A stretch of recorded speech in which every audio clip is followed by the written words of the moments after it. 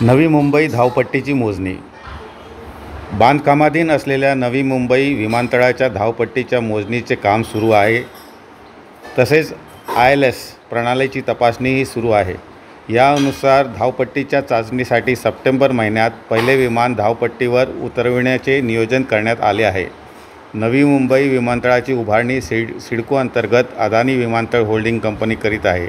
या कंपनीच्या मुंबई आंतरराष्ट्रीय विमानतळ लिमिटेड या उपकंपनीकडे विमानतळ बांधकामाच्या अंमलबजावणीची जबाबदारी आहे. त्यानुसार विमानतळाच्या धावपट्टीच्या मोजणीचे महत्त्वपूर्ण काम आता सुरू झाल्याची माहिती संबंधित सूत्रांनी मीडियाला दिली आहे.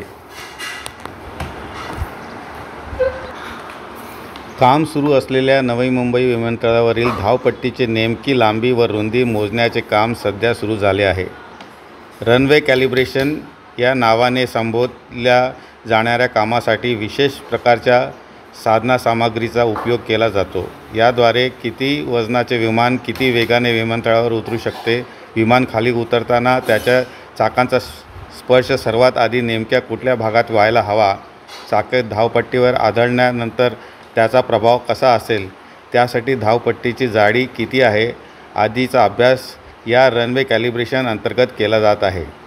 कमी दृश्यमानतेच्या परिस्थितीतही विमानांना खाली उतरता यावे किंवा हवेत झेपावत यावे यासाठी विमानतळावर इन्स्ट्रुमेंट लँडिंग सिस्टम ही प्रणाली कार्यान्वित असते. या प्रणालीची अत्याधुनिक आवृत्ती CAT 3 या विमानतळावर बसवण्यात आली आहे.